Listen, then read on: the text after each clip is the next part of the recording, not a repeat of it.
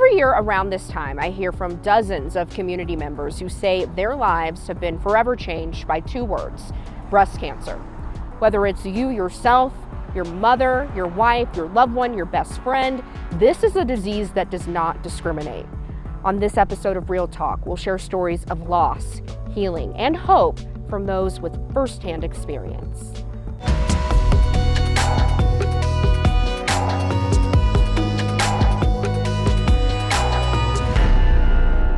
Welcome to Real Talk with Micah Smith. I'm your host, Micah, and I am so glad to have you with us.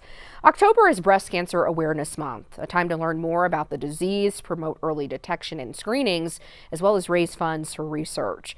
I want to share some important statistics with you before we jump into a really touching conversation I recently had with a community leader. According to the American Cancer Society, breast cancer is the most common cancer in women in the United States. It accounts for about 30%, or 1 in 3, of all new female cancers each year. The median age at the time of breast cancer diagnosis is 62. This means half of the women who develop breast cancer are 62 years of age or younger when they're diagnosed.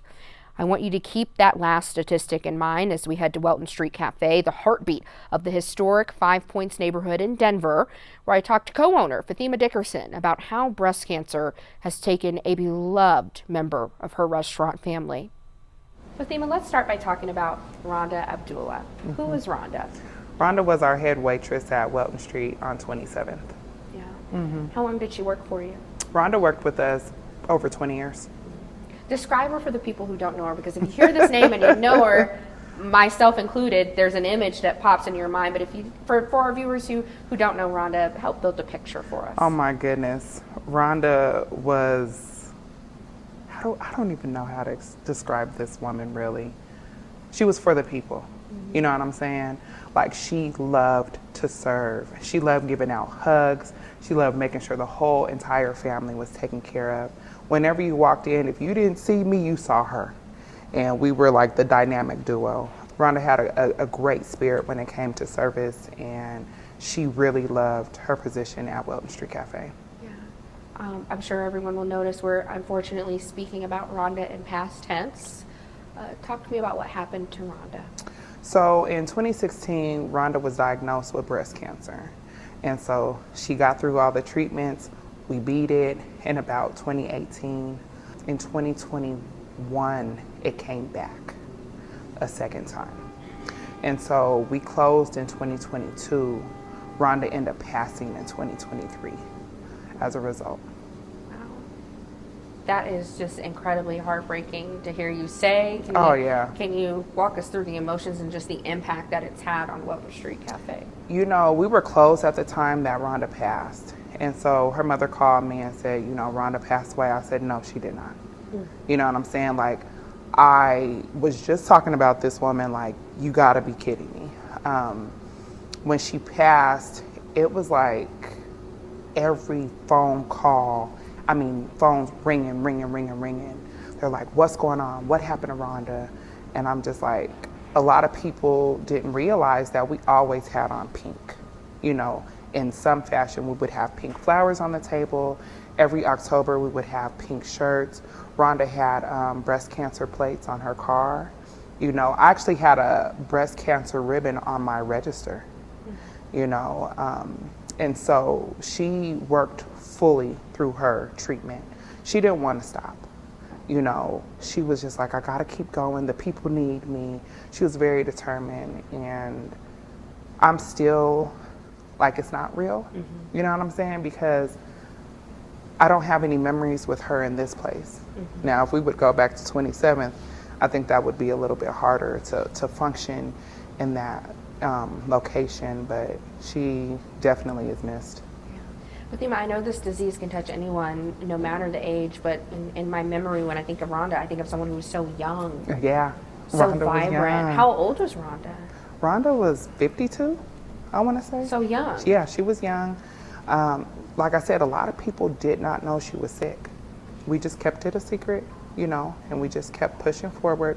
It's happening to people amongst us every single day. Yeah. So you've been wearing pink, you've had the breast cancer awareness ribbons. This is nothing new, but I can't help but look up around this room and say, wow, there is a lot of pink. So talk to me about how Rhonda's legacy carries on to today and what Welton Street Cafe is doing in her memory, and really just overall trying to bring awareness to breast cancer.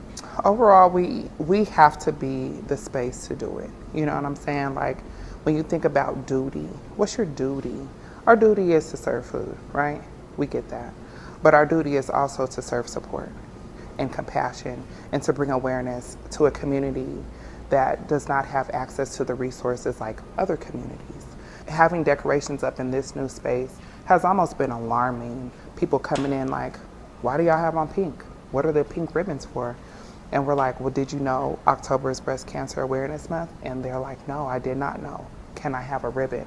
I just found out an aunt of mine has breast cancer, or a sister, you know, and just bringing that educational piece into the service is important. My grandmother, my paternal grandmother, passed away from breast cancer.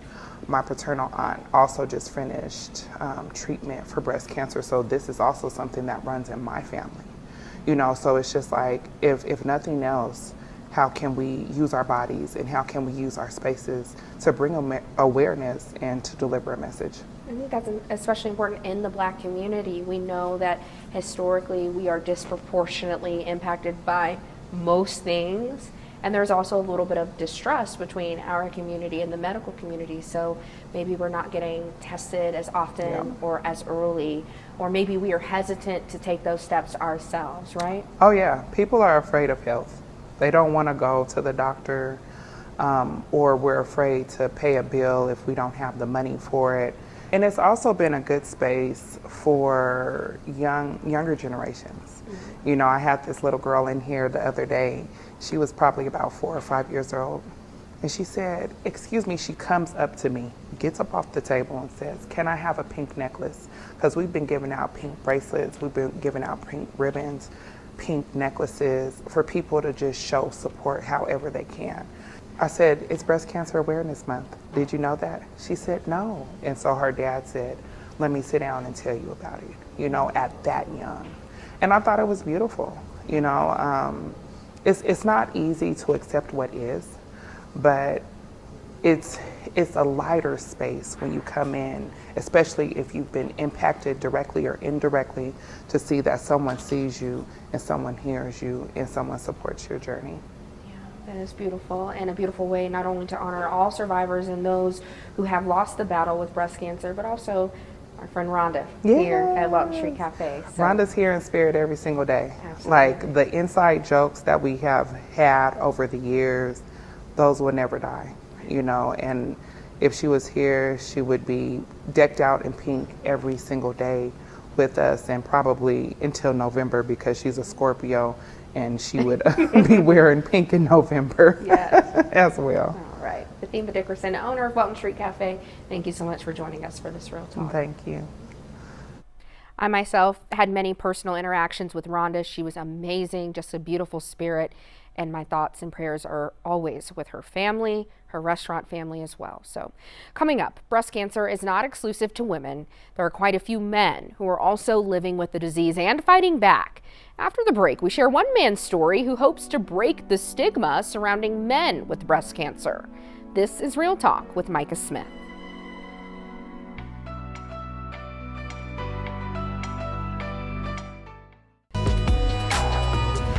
Welcome back to Real Talk with Micah Smith. October is Breast Cancer Awareness Month. Too often, when we talk about this disease, we leave out a small yet important group: men. The Male Breast Cancer Global Alliance says this year about 2,800 men in the U.S. will be told they have breast cancer, and 510 will die from it. The Alliance also says men with breast cancer have a mortality rate 19 times higher than women. And for one Centennial man, a breast cancer diagnosis changed everything. I sat down with George Human to listen to his story and hear his mission to raise awareness and fight the stigma that too often keeps men silent. George, thank you so much for joining us. Take me back to when you first noticed that something wasn't right. What were the initial signs? So it was interesting. I felt a little lump under my left nipple, and really didn't, as a guy, didn't give it much consideration. Thought it might have been a cyst or something. I stumbled and hit it on a door jamb, and it was excruciatingly painful, enough so that I felt I should go see a doctor. Once I saw my primary care physician, this whole thing matriculated to biopsy, surgery, chemo, radiation, ongoing. It was a long summer. What was it like to hear those words that you have breast cancer, especially as a man? Well, as a man getting breast cancer, as I said a moment ago, I don't think it strikes a man as much as a woman because we don't identify with our breasts or as our breasts being part of us. But anytime someone tells you that you have cancer, it makes you take notice. And it sure did take the wind out of my sails. We know that breast cancer in men is rare. Do you feel that there are stigmas or misunderstandings surrounding men who are battling this disease? I don't know if I can say so much that it's a stigma, but I do know that I got a lot of jokes from my good friends in good jest. I do know that men's breast cancer is 1% of the breast cancer, roughly, in the world. So it's very, very rare. What was the absolute toughest part of treatment for you? So the absolute toughest part is after they give you a dose of chemotherapy, the following day, they give you a shot of a drug to stimulate the bone marrow. There is absolutely no way to get comfortable from that excruciating pain of the bone marrow just pumping. That was the very worst part. Other than that, it was just abject exhaustion all the time. Yeah.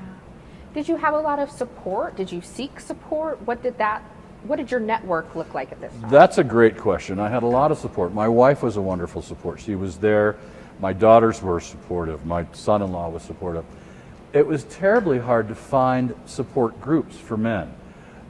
When I researched, I found thousands of groups for women with breast cancer, but only 2 or 3 for men.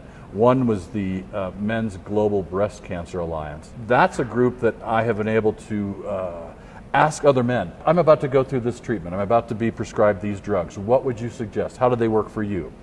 The caveat with that is that every single person is different as they go through treatment. How would you describe your treatment team, your doctors? Oh my gosh. I was under the care of Dr. Mabel Mardonis at Rocky Mountain Cancer Centers, and she and her team were extraordinary. She's been through it before with other men. She knew just the drugs to make this cancer go away. She was there when I needed her. When I needed something, she was right on top of it. And when were you diagnosed, George? So I was diagnosed in January. Again, it started with the biopsy, and then of course someone tells you that you have invasive ductile carcinoma. Men do have ductwork. It's obviously not as robust as women.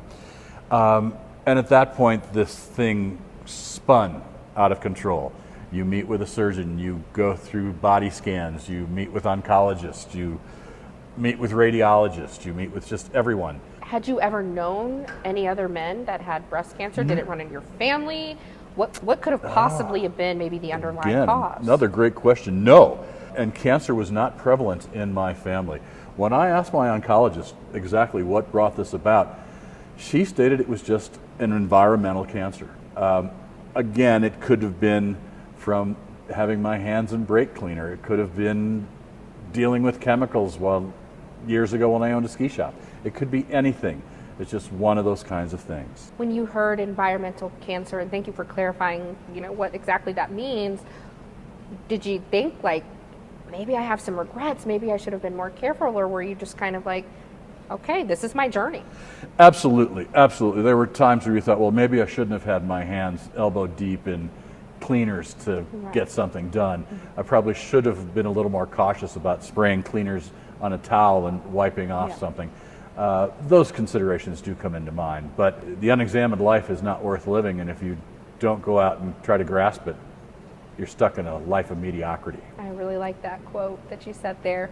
Where are you currently in your treatment journey? So I'm finished with chemo, I'm finished with radiation, I am now on an estrogen blocker that will be on board for the next 4 or 5 years to keep this from coming back on the other side. I was diagnosed on the left, they don't want it to come back on the right. The good news is I did ask them recently, at what point do you consider me to be cancer-free? And the PA said, now. Yay, So, I that's know. awesome, George. That's No, great news. Thank you. Thank you. What advice would you give other men out there who are going through the same thing, or maybe they have noticed a lump, but they're afraid to go to the doctor and really find out what's happening? If you're a man and you feel a lump in your breast, get it checked now. Don't wait till tomorrow. Don't wait till next week or next month. Go see someone now. Had I had this inspected when I first found it, I probably would have just been a lumpectomy. As it turned out, I let it go too long. The cancer spread to a couple lymph nodes, thereby chemotherapy, radiation, and everything else that went along with it. Don't be afraid to see somebody. That's the most important thing you could do. All right, George Human, thank you so much for joining us for this Real Talk. Oh, my pleasure. Thank you for your time. I really enjoyed that conversation with George, and I'm so thankful for his courage to speak out and tell this story we don't hear very often. Coming up, breast cancer is also impacting younger people at a growing rate. I head to HCA HealthONE to learn why more women under 40 are being diagnosed and what you need to know to stay informed. This is Real Talk with Micah Smith.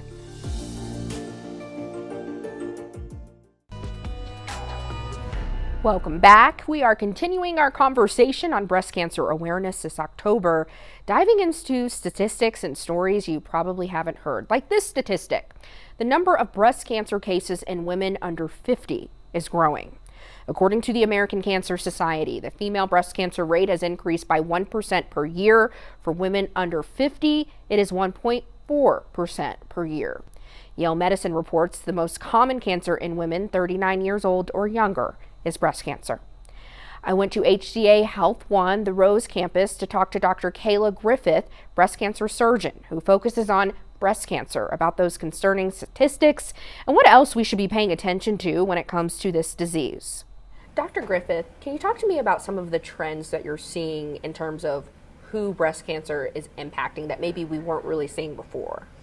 I think that's a great question. You know, generally in the United States, breast cancer has been a disease and an illness of older women. The average age has been 62 to 64, but we're seeing the most dramatic increase in the last few years in women diagnosed under the age of 50 and especially under the age of 40. We're seeing a major surge in women in their 30s and early 40s. When I hear 30s and 40s, that's extremely shocking to me. Do we have any inkling why we're seeing such a rise in cases in that age group? That's what we're all looking at right now. It's pretty wild. I would say over half of my patients are under the age of 50. I specialize in young women with breast cancer, and you know, the age to start screening mammograms is age 40. Right? So a lot of these women getting diagnosed are before we're actually doing any of the screening to detect them. So by the time they are being diagnosed, these are palpable masses. They're masses that are growing through the skin. They're masses that are in later stages of their disease because they've had enough time to travel to lymph nodes and other places in the body. I think the real question is, you know, what is going on out there genetically? You know, we're not changing as humans all that much, but I think we're seeing a lot more inflammatory factors out in society and the environment. We know that constant inflammation and chronic inflammation basically cause cellular turnover, and you know, cellular turnover ultimately is the cause of the beginnings of cancer. And when we talk about 30s, 40s, really 30s, that's still childbearing age. And we're seeing many studies about women waiting later to have babies. So we're seeing a lot of women in their 30s say, oh, I think I want to start thinking about having a baby. So when you couple that with the really tough conversations you're having with patients, can you give us some insight into maybe what that looks like when you have to unfortunately have this diagnosis of breast cancer in your 30s and somebody was really looking forward to possibly being a mother or a parent? And what's shocking is we even have patients in our late 20s. It is wild. You know, I think as a society, we're seeing more women go to the workforce and get educated, and we want to do other things before we raise a family. And so you see a lot of women just without breast cancer facing fertility issues because they were waiting a little bit longer. When you have a woman diagnosed with breast cancer in her early 30s or even early 40s, you know, when you have a woman diagnosed earlier with a breast cancer that needs treatment, again, a lot of times when they're diagnosed at these earlier ages, it's before a screening mammogram. Therefore, the cancer itself is actually more progressed, meaning they require a lot more treatment, and a lot of times that involves chemotherapy. And chemotherapy and ultimately the other treatments that we have to do can decrease your fertility even more. For myself, for instance, when I was 32, single, not even thinking about having a child, I was still getting my way through surgery residency. If something had happened to me during that time frame, I wouldn't have even known what to tell you. Like, I don't know if I want to have a child. But the difference for these women is they don't get a few more years to think about it. We've got to put them into treatment literally within the next 3 to 4 weeks that could then reduce their fertility to where they can't have children any longer. So they've got to immediately kind of ask themselves that question, and not only ask themselves the questions, but come up with the answers, the money, the funding, the hormone stimulation to, cause ovulation. We have to force people into ovulation at that point just to, harvest eggs. That's intense. It's intense. It's heartbreaking in a lot of ways, and it's scary. It's really scary. And a lot of women in that space, again, they haven't thought about family planning. They're not partnered. But a lot of people are not at a place where they can just drop $10,000 or $15,000 on egg harvesting, To do that, and then you have to think about the cost of treatment. Yeah. Because we know... To save their lives. To save your own life. We know the state of health insurance, and it doesn't cover everything. Mm-hmm. So we hear a lot, especially during Breast Cancer Awareness Month, about the importance of early detection and mammograms. But because, that standardized age for a mammogram starts at 40, what can you do if you're 40 or younger to try to stay on top of this? I think everything comes down to advocating for yourself, and I say that across the board for women's health and what we do. If you're below the age of 40, really make sure you're paying attention to yourself and your health. Do your regular breast exam on yourself, make sure you're going to see a gynecologist and getting an actual clinical breast exam by a physician or a provider. If you're feeling lumps, bumps, pain, nipple discharge, things that you generally, a lot of people will brush off and hear, oh, I'm too young, advocate for yourself, go in, get it checked out. Even if it's nothing, it's better to know than not. The other thing to really pay attention to and really vocalize is if you do have a family member with breast cancer, make sure you're speaking up and saying it. As an overall healthcare system, physicians are having to see more and more patients in the course of their day, and so it means there's less and less time to really fully pay attention to every aspect of the person, including, have you had any changes in your family history this past year? Including, oh yeah, you're right, my first maternal cousin was diagnosed with breast cancer at age 36. Things that might prompt somebody to say, oh, you have a family history, you might need to start screening mammograms earlier. And so making sure you're really vocalizing, advocating for yourself, paying attention to the details in your life, and really just standing up for yourself. Get out there and speak up. Yeah, such important advice. Dr. Kayla Griffith, thank you so much for joining us for this Real Talk. Yeah, thanks. To any person watching this right now, if you notice a lump, swelling, or pain in your chest, talk to your doctor immediately. Breast cancer does not discriminate, and early detection can save your life. And that is this week's episode of Real Talk with Micah Smith. We are so thankful that every week you choose to tune in for this Real Talk on issues that impact Coloradans who are often overlooked. We hope you'll stick with us, and if there's a Real Talk you would like to have, please let me know. You can send me an email at micah.smith@denver7.com. In the meantime, you can find all of our shows on denver7.com/realtalk. Have a great day.